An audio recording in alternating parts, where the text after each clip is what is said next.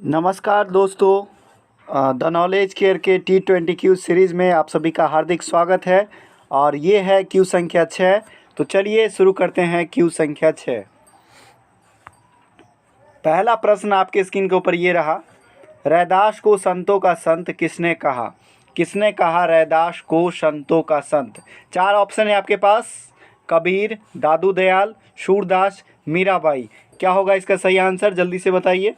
इसका सही आंसर है कबीर। जी हाँ, रैदास को संतों का संत कबीर ने कहा था।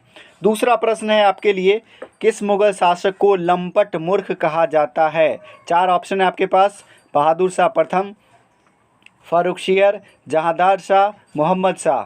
बताइए, लंपट मूर्ख के नाम से किस मुगल शासक को जाना जाता था?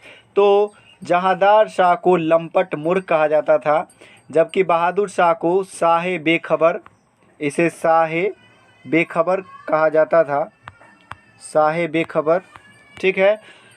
उसके बाद फर्रुखसियर को घृणित कार कहा जाता था दोस्तों, और मोहम्मद शाह को रंगीला बादशाह के नाम से जाना जाता था। तो चलिए तीसरे प्रश्न की तरफ बढ़ते हैं। तीसरा प्रश्न आपके स्क्रीन के ऊपर ये रहा, फिलॉसफी ऑफ बम के लेखक कौन थे? चार ऑप्शन है आपके पास, भगवती चरण बोहरा, सुभाष चंद्र बोस, कृष्ण कुमार मित्र, चित्तरंजन दास। तो बताइए इसका सही आंसर क्या होगा? इसका सही आंसर है भगवती चरण बोहरा। जी हाँ, BC बोहरा फिलॉसफी ऑफ बम के लेखक थे। चलिए, सुभाष चंद्र बोस किस पुस्तक के लेखक है? तो इनकी प्रमुख पुस्तक है स्ट्रगल इंडियन स्ट्रगल। क्या है? Indian struggle. कृष्ण कुमार मित्र की फेमस पुस्तक है, वो है आपका संजीवनी। संजीवनी कृष्ण कुमार मित्र ने लिखी थी। और India for Indians Chittaranjan Das ji की पुस्तक है। ठीक है। और इंडिया फॉर इंडियंस की हिंदी क्या होगी दोस्तों? भारत भारतीयों के लिए। हालांकि भारत भारतीयों के लिए नारा किसने दिया था? तो दयानंद सरस्वती ने दिया था। चलिए नेक्स्ट प्रश्न की तरफ बढ़ते हैं। प्रश्न संख्या 4, शिशु हत्या पर पूर्ण प्रतिबंध किस गवर्नर जनरल के काल में लगाया गया? तो शिशु हत्या पर पूर्ण प्रतिबंध, चार ऑप्शन आपके पास, William Bentinck, Canning, Wellesley, Irwin. तो इसका सही आंसर है शिशु हत्या पर प्रतिबंध वेलेस्ली के द्वारा लगाया गया, जो कि आपका 1802 ईस्वी में लगाया गया। इसके अलावा अगर विलियम बेंटिक से संबंधित बात किया जाए तो इसने सती प्रथा पर रोक लगाया था। सती प्रथा पर विलियम बेंटिक 1829 ईस्वी में, आप सभी जानते हैं, राजा राम मोहन राय के सहयोग से। अगर कैनिंग की बात की जाए तो लॉर्ड कैनिंग ने विधवा पुनर्विवाह ईश्वरचंद्र विद्यासागर के सहयोग से 1856 की बात है ये। और इरविन की बात की जाए तो इसने शारदा एक्ट लाया था 1930 में, जिसमें लड़कियों के लिए न्यूनतम आयु विवाह के लिए 14 वर्ष और लड़कों के लिए 18 वर्ष। अभी कितने हैं? 21 वर्ष और 18 वर्ष। 21 वर्ष लड़कों के लिए, 18 वर्ष लड़कियों के लिए, ये कानूनी सीमा है। चलिए नेक्स्ट बात करते हैं। प्रश्न संख्या 5। पांचवा प्रश्न आपके स्क्रीन के ऊपर ये रहा, अनुसूचित जाति एवं जनजातीय क्षेत्र का संबंध किस भाग से है? कौन से भाग से है? 22 भाग है ना हमारे संविधान में, तो बताइए किस भाग से है? भाग 11, भाग 10, भाग 9, भाग 12। तो इसका सही आंसर है भाग 10। अनुसूचित जाति एवं जनजाति क्षेत्र का संबंध भाग 10 से है दोस्तों। 244 और 244 ए, अनुच्छेद 244 और 244 ए में अनुसूचित जाति और जनजातीय क्षेत्र का वर्णन है। इसके अलावा भाग 11 की बात कर लेते हैं। तो भाग 11 में केंद्र और राज्यों के बीच संबंध है, जो कि 245 से 263 तक है। कहाँ से कहाँ तक है? 245 से 263 तक। भाग 9 की बात कर लें तो ये पंचायती राज से है। इसमें आपका 243 से लेकर 243 ओ तक है। कहाँ से कहाँ तक है? 243 से 243 ओ, ये आपका पंचायती राज से है। भाग 12 जो कि आपका वित्तीय संबंध से, वित्त से संबंधित है, और ये आपका 264 से लेकर अनुच्छेद 264 से 300 ए पर है। आप भाग से जुड़ा हुआ एक कंप्लीट वीडियो हमारा डाला हुआ है, आप उसे ज़रूर देख लें। चलिए नेक्स्ट है, छठा प्रश्न है, चुनाव आयोग की स्थापना किस अनुच्छेद के अंतर्गत है? चार ऑप्शन है आपके पास, 356, 324, 320, 338। बताइए क्या होगा इसका सही आंसर? तो चुनाव आयोग की स्थापना अनुच्छेद 324 के अंतर्गत है। 356 में क्या है भाई? तो 356 में आपका राष्ट्रपति शासन है, जो कि किसी राज्य में लगाया जाता है। 320 में है आपका लोक सेवा आयोग के कार्य, और 338 में एसटी आयोग की चर्चा है। एससी आयोग की चर्चा 338 में, और 338 क में आपका एसटी आयोग है। ठीक है, तो चलिए नेक्स्ट बात करते हैं। प्रश्न संख्या 7, PIL का पूर्ण रूप क्या होता है? जी हाँ, PIL का पूर्ण रूप क्या होता है? इसका पूर्ण रूप होता है पब्लिक इंटरेस्ट लिटिगेशन। आपने सुना होगा, जॉली LLB मूवी देखा होगा, उसमें कहा जाता है कि PIL दायर करेंगे। ठीक है, यानी कि केस को फिर से उखाड़ा जाएगा, public interest litigation. Option A बिल्कुल सही है। प्रश्न संख्या 8, भारत के कितने राज्य चीन के साथ अपनी सीमा साझा करते हैं? जी हाँ, चीन के साथ बहुत गर्म मुद्दा है, तो आइए जानते हैं चीन के साथ कुल कितने राज्य अपनी सीमा बनाते हैं।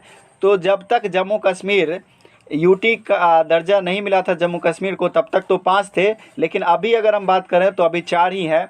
कौन कौन है? तो हिमाचल प्रदेश, सिक्किम, उत्तराखंड, अरुणाचल प्रदेश, 4 हैं, और जम्मू कश्मीर मिलाकर 5 होते हैं, लेकिन जम्मू कश्मीर अब यूटी हो गया है। ठीक है, सभी जानते हैं, आप सभी लोग जानते हैं कि अब वो केंद्र शासित प्रदेश हो गया। ठीक है, लेकिन हमने राज्य पूछा है तो 4 होगा। चलिए प्रश्न संख्या 9, प्रश्न संख्या 9 है, हार्मूज जल संधि किसको किसको जोड़ती है? 4 ऑप्शन है आपके पास, फारस की खाड़ी एवं ओमान की खाड़ी, तस्मान सागर, दक्षिण सागर, जावा सागर, हिंद महासागर, अंडमान सागर तथा दक्षिण चीन सागर। क्या होगा इसका सही आंसर? जल्दी से बताइए। इसका सही आंसर होगा ऑप्शन ए, फारस की खाड़ी और ओमान की खाड़ी। हार्मूज जल संधि फारस की खाड़ी और ओमान की खाड़ी को जोड़ती है, जबकि तस्मान सागर और दक्षिण चीन सागर को बास जल संधि जोड़ती है। कौन सी जल संधि दोस्तों? बास जल संधि तस्मान सागर और दक्षिण सागर को। जावा सागर और हिंद महासागर को सुंडा जल संधि, इसको कौन सी जल संधि? सुंडा जल संधि से जोड़ती है। अंडमान सागर और चीन सागर को मलक्का जल संधि जोड़ती है। इसको कौन जोड़ती है? तो इसे मलक्का जल संधि जोड़ती है, मलक्का। ठीक है, चलिए नेक्स्ट प्रश्न, प्रश्न संख्या 10, दोलन का सिद्धांत किसने दिया? 4 ऑप्शन आपके पास, हरमन बोंडी तथा फ्रेड होल, बी है एलन सांडेज, सी है जॉर्ज लेम्थेयर, डी है केपलर। क्या होगा इसका सही आंसर? तो दोलन का सिद्धांत दिया एलन सांडेज ने, तो ऑप्शन बी बिल्कुल सही है। ऑप्शन बी बिल्कुल सही है। चलिए 4 ऑप्शन में से कुछ बातें कर लेते हैं। हरमन बोंडी तथा फ्रेड हॉल, इसका जो संबंध है तो इसने दिया था साम्यावस्था सिद्धांत। कौन सा सिद्धांत? साम्यावस्था सिद्धांत। जबकि जॉर्ज लेम्थेयर का फेमस है बिग बैंग थ्योरी। हम लोग जानते हैं कि आकाशगंगा जो है उसका विस्तार करने का यह बहुत बड़ा सिद्धांत है, बिग बैंग थ्योरी। ठीक है, बिग बैंग थ्योरी।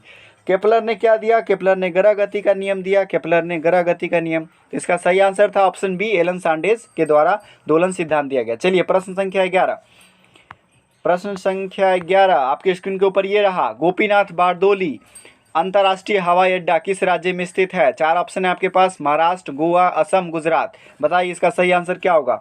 इसका सही आंसर है असम के गुवाहाटी में है गोपीनाथ बारदोली अंतर्राष्ट्रीय हवाई अड्डा। प्रश्न संख्या 12, GST यानी कि goods and service tax, Hindi में बोले तो वस्तु एवं सेवा कर, एक टास्क फोर्स द्वारा प्रस्तावित किया गया था, जिसके अध्यक्ष कौन थे? कौन थे इसके अध्यक्ष? 4 ऑप्शन आपके पास, विजय केलकर, मोंटेक सिंह आहलूवालिया, अरुण जेटली साहब, वो तो चले ही गए, नरसिम्हन। बताइए इसका सही आंसर है विजय केलकर। विजय केलकर की अध्यक्षता में GST के लिए GST का प्रस्ताव आया था। चलिए प्रश्न संख्या 13वां प्रश्न आपके स्क्रीन के ऊपर ये रहा, ज्योति फ्लक्स का मात्रक क्या है? 4 ऑप्शन आपके पास, डॉब्सन, ल्यूमेन, क्यूसेक, टेस्ला। इसका सही आंसर है ज्योति फ्लक्स का मात्रक क्या होता है? ल्यूमेन। क्या मात्रक होता है? ल्यूमेन। बी बिल्कुल सही है। डॉब्सन किसकी इकाई है? बताइए फटाफट। ओजोन परत की इकाई है ना। क्यूसेक पानी का बहाव नापते हैं, जैसे कि इतना क्यूसेक पानी छोड़ा नेपाल ने, कोसी से इतना क्यूसेक पानी निकला। ठीक है। टेस्ला आपका चुंबकीय प्रेरण का मात्रक है। चलिए प्रश्न संख्या 14, आधुनिक रसायन विज्ञान का पिता किसे कहा जाता है? Who is called father of modern chemistry? बताइए।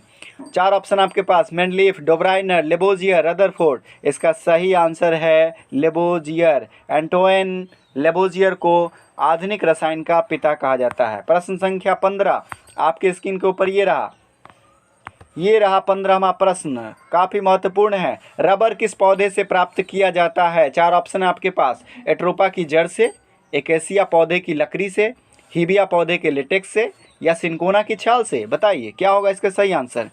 तो इसका सही आंसर है रबर जो है वो हीबिया पौधे के लेटेक्स से प्राप्त किया जाता है, जबकि एट्रोपा की जड़ से हम प्राप्त कर सकते हैं एट्रोपिन। एट्रोपा की जड़ से एट्रोपिन प्राप्त किया जाता है, ठीक है। जबकि एकेसिया पौधे की लकड़ी से कत्था प्राप्त किया जाता है। कत्था चूना पान में लगाया जाता है ना। और हिबिया के पौधे से हमने जान लिया रबर, और सिनकोना की छाल से कुनैन। कुनैन का प्रयोग कहाँ किया जाता है? मलेरिया की दवा में। और अभी जो मलेरिया की दवा है उसी से उपचार किया जा रहा है, कोरोना वायरस का, है ना। चलिए नेक्स्ट प्रश्न है, प्रश्न संख्या 16। हीमोग्लोबिन का रंग कैसा होता है? जी हाँ, बिल्कुल गलत देंगे आप इसका आंसर, मैं गारंटी देता हूँ। फर्स्ट साइट में आप गलत देंगे आंसर। हीमोग्लोबिन का रंग कैसा होता है बताइए? लाल, बैगनी, हरा, सफ़ेद। जरूर आपने लाल सोचा होगा, लेकिन इसका सही आंसर है बैगनी। हीमोग्लोबिन का रंग बैगनी होता है दोस्तों, ठीक है। जबकि ऑक्सी हीमोग्लोबिन का रंग चमकदार लाल होता है, चटकदार लाल, ब्राइट रेड। कंफ्यूजन में ना रहे, हीमोग्लोबिन का रंग कौन सा? बैगनी। जबकि ऑक्सी हीमोग्लोबिन की बात करें, अगर ऑक्सी हीमोग्लोबिन है, ठीक है, तब उसका रंग कौन सा है? उसका रंग लाल है, ब्राइट लाल होगा ऑक्सी हीमोग्लोबिन का। चलिए नेक्स्ट प्रश्न की बात करते हैं, प्रश्न संख्या 17। प्रश्न संख्या 17 है, भारतीय सुदूर संवेदन संस्थान कहाँ स्थित है? 4 ऑप्शन है आपके पास। हैदराबाद, देहरादून, भोपाल, बेंगलुरु। तो भारतीय सुदूर संवेदन संस्थान, इंडियन रिमोट सेंसिंग इंस्टीट्यूट कहाँ पर है? तो ये आपका देहरादून में है। ऑप्शन बी बिल्कुल सही है। प्रश्न संख्या 18, 1010 ये बाइनरी फॉर्म में है, और इसका डेसिमल संख्या में क्या होगा आंसर बताइए। तो इसे कैसे बदलते हैं? तो इसे लिखेंगे 1 × 2 टू दी पावर 1 के बाद कितने अंक बचे हुए हैं? 0103 है, तो 2 3 हो गया। फिर 1 को ही लिया जाए, चूँकि 0 से मल्टीप्लाई करने पर सारे 0 ही आ जाएंगे। फिर आपका जो 1 है उसके बाद 2 × 1, तो 2 का क्यू 8 और 8 2 10। इसका सही आंसर हो जाएगा ऑप्शन बी, बिल्कुल सही है।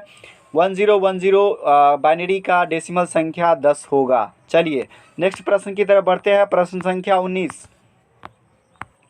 19वां प्रश्न है, विश्व जनसंख्या दिवस मनाया जाता है, हाल ही में मनाया गया है विश्व जनसंख्या दिवस, बताइए। 11 जनवरी, 22 फरवरी, 11 जुलाई, 22 मार्च। तो इसका सही आंसर है 11 जुलाई को विश्व जनसंख्या दिवस मनाया, हमने कल ही मनाया है। 20वां प्रश्न है, विश्व की सबसे लंबी सीमा वाला देश कौन सा है? 4 ऑप्शन है आपके पास। अमेरिका, कनाडा, चीन, ब्राज़ील। तो इसका सही आंसर है कनाडा। जी हाँ, विश्व की सबसे लंबी सीमा वाला देश कनाडा है। दोस्तों आप हमारी बातों को मैं जानता हूं कि बहुत सारे लोग हमारी बातों को इग्नोर करते हैं, तो मैं उनके लिए एक ही शब्द कहना चाहूँगा कि डोंट जज a book by its cover. किसी किताब को आप उसके कवर से ना आके, और आप कोशिश करें कि उसके नेक्स्ट पेज को पढ़ें, अगले पन्ने को पढ़ें, ताकि उससे आपको कुछ सीखने को मिले। मिलते हैं अगले वीडियो में, तब तक के लिए जय हिंद, जय भारत। स्वस्थ रहिए, अपना ख्याल रखिए और पढ़ाई जारी रखिए। धन्यवाद। हमारो के सरकारी फारम भारत भारत भोला, फारम भारत भारत भोला, आ जाई तन पे बुढ़ारी, बाप कहिया ले दीवाई बानो करी, हमारो के सरकारी।